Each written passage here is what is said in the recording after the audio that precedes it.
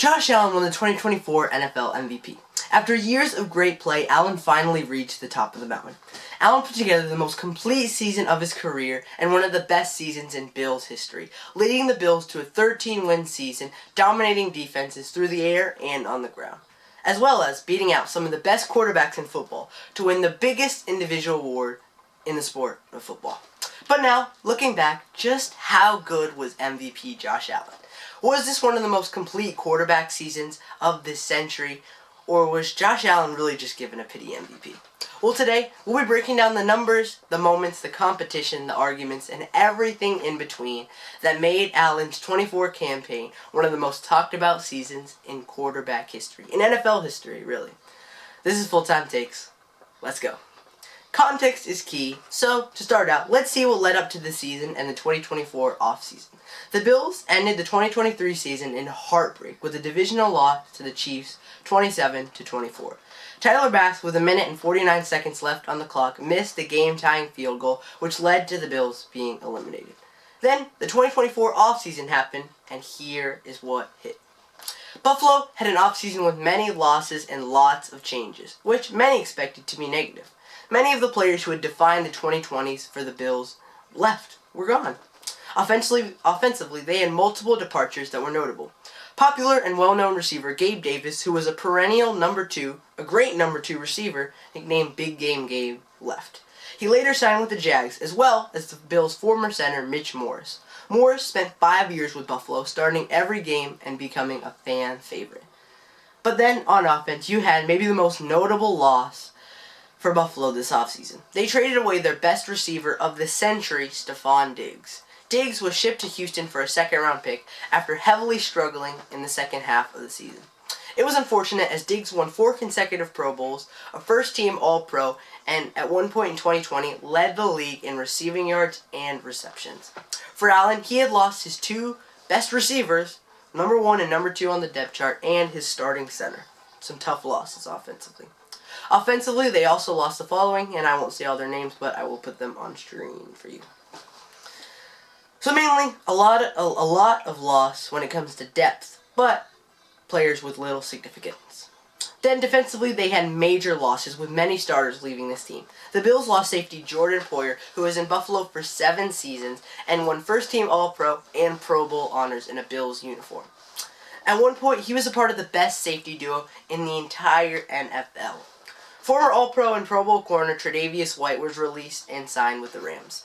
While he wasn't the same player after suffering ACL and Achilles injuries, it was still a major loss. Micah Hyde left in free agency, and at one point Micah Hyde, with Jordan Poyer, was a part of the best safety duo in the league. He later retired and didn't sign with anyone. Leonard Floyd, coming off his only season with Buffalo, did not re-sign, and this was a solid loss for the Bills as he had 10.5 sacks in 2023, which was pretty significant for them. Tyrel Dodson left, who isn't the biggest name by any means, but once Matt Milano got injured, he became one of the highest graded PFF linebackers of 2023. He later signed with Seattle. Defensively, when it comes to the lesser known names, they lost the following. Once again, definitely some more players with a little bit more significance and some more depth, but no one too crazy. Then when it comes to key additions, on this Bills team, you had Curtis Samuel and Matt Collins at receiver. While Samuel has completely underperformed and fallen down the depth chart, he's probably fallen down currently, but Matt Collins became a fan favorite in his only season with the Bills and performed very well throughout the year, exceeding expectations, probably by a mile, I'd say. Then, in the draft, with the 33rd overall pick, the Bills selected Keon Coleman, a receiver out of FSU. Coleman played decently, even well, in year 1, but in year 2, he was projected to have a very big leap. Instead, he played poorly and was benched, and at points throughout the season, for several games, he was a healthy scratch due to disciplinary reasons. But that doesn't matter too much for this video. Cole Bishop was selected with pick 60 out of Utah and was slowly introduced into the starting lineup in year 1 before becoming a full-time starter in year 2. Finally, Ray Davis was taken at pick 128 out of Kentucky to be a rotational back and a part of this Bills offense. A pretty big part of this Bills offense as well. So, as you can tell, the Bills definitely lost much more than they gained this offseason, and it showed in preseason predictions throughout the NFL media and universe. The Jets, after signing Aaron Rodgers, were the division favorites. Crazy to hear the Jets and division favorites in the same sentence. In Vegas and in most people's predictions, the Bills were projected to finish 8-9, anywhere between 8-9 and 10-7, I'd say, and for this to be a gap year in the Josh Allen era. Going into the season, the Bills had a top 3 strength of schedule, and the team had many doubts by fans and critics alike. But none of that matters once the football season starts, and I feel like for this Bills team, that is the perfect expression. The Bills finished 13-4, winning the AFC East and capturing the 2 seed in the AFC. Buffalo broke multiple NFL and franchise records this year. Well, none of this would have happened without their quarterback, so let's talk about Josh Allen.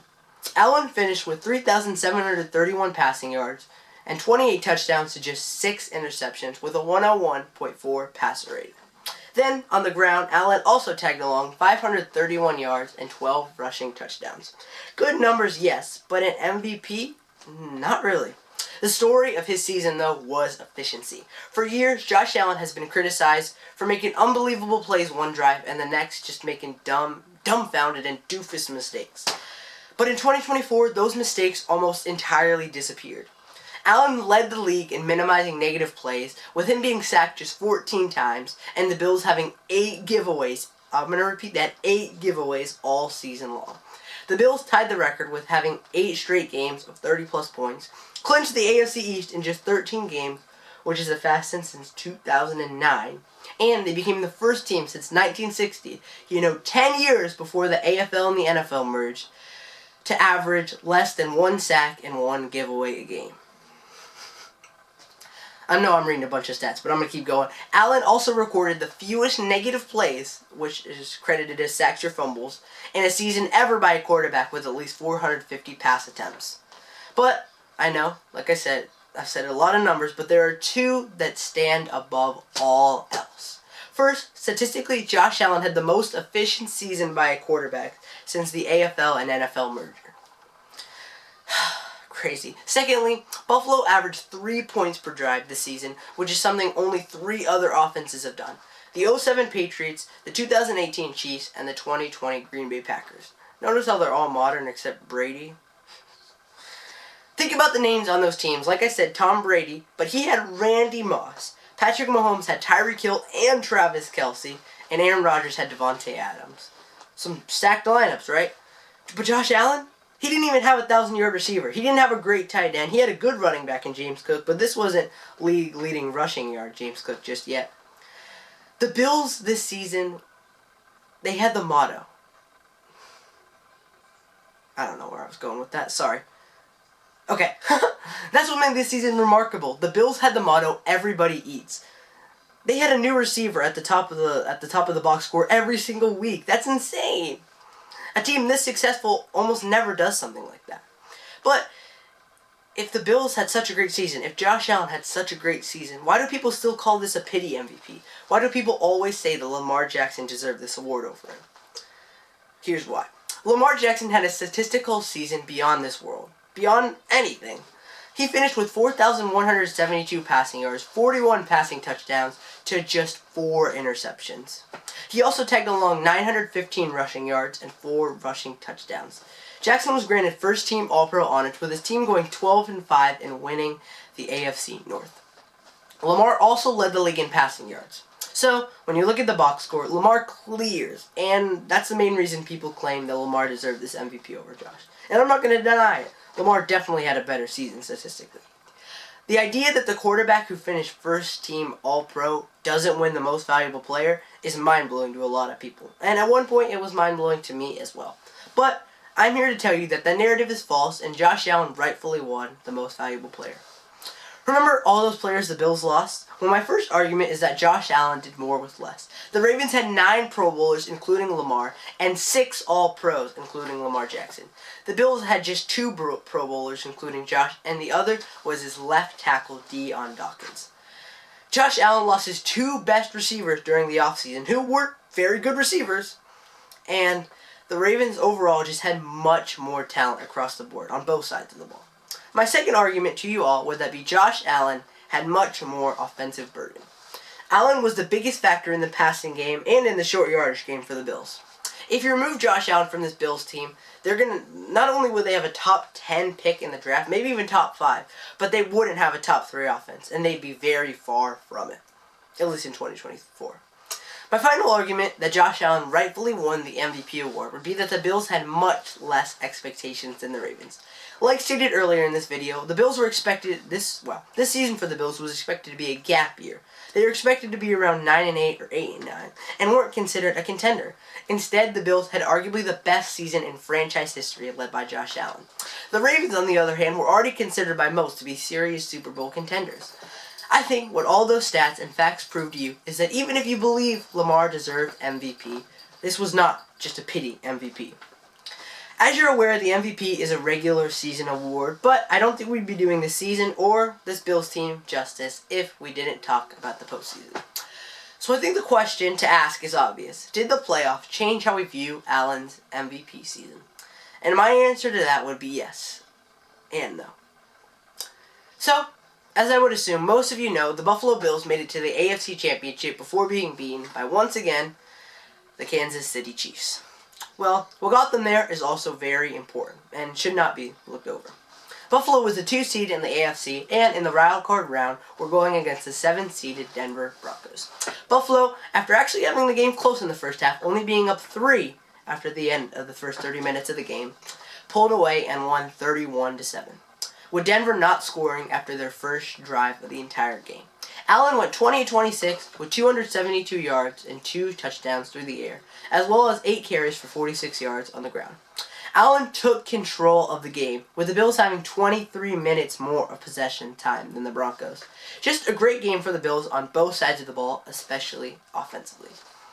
Buffalo's next opponent was against the 3-seeded Baltimore Ravens, playing against the player who ended up finishing second in MVP voting, Lamarvelous Jackson. The game was back and forth, with Buffalo controlling the first half and playing well defensively, and then the Ravens having a great second half. Well, after a Baltimore touchdown, putting the lead to just 2 points, 25-27, Mark Andrews famously dropped the game-tying 2-point conversion. Buffalo advanced to the AFC title game, winning, like I said, 27-25. Allen wasn't that statistically dominant in this game, but he did what he did best this season. He protected the football. Josh finished with 127 passing yards and went 16-22 on his pass attempts with 0 touchdowns. But on the ground, Allen had 10 carries for 20 yards and 2 rushing touchdowns. As you can tell, like I said, Allen did not light up the box score by any means, but for one of the first times in his playoff career, he didn't need to, which was actually a great sign of this Bills, but not a sign of what was to come. Josh was poised and calm when it mattered most. Finally, the game that ended the Bills season and Josh Allen's MVP campaign, the 2025 AFC Championship against the 1-seeded Kansas City Chiefs. This game was a true battle between both teams. The Chiefs kick a field goal to put them up 3 with 2 minutes and 42 seconds left on the clock. Then, after poor play calling from offensive coordinator Joe Brady, Buffalo had a 4th and 6 in their own territory with the season on the line. Allen was pressured instantly off of a blitz by 2 different players, and in mid-air, being tackled in mid-air, delivered a perfect pass to Dalton Kincaid, which was dropped. I still get nightmares about that play, man. The Chiefs then ran out the clock and captured the victory, winning 32-29 in another Bills versus Chiefs heartbreak. A familiar sight for the Buffalo, losing to Chiefs in the playoffs for the 4th time in 5 seasons. Allen finished with 237 passing yards and 2 touchdowns, going 22 of 34 on his pass attempts. Then, on the ground, he had 11 carries for 39 yards. Man, I'm starting to feel a little melancholy. A little sad. Josh seemed nervous at the start of the game with the Bills going 3 and out, but after that, he played like playoff Josh Allen at his best. The Bills just couldn't get a victory, and that has seemed to be a similar theme for the Josh Allen era. As a Bills fan, this video was very fun to make, except for the ending, that is. There we have it, guys. This was Josh Allen's MVP season in review. And if there's 2 things you can take away from this video, is that Allen deserved MVP, and MVP Josh Allen was, in fact, very good. Thanks for watching, and make sure to click that like and subscribe button. If this video had you hooked, make sure to check out another one. Peace!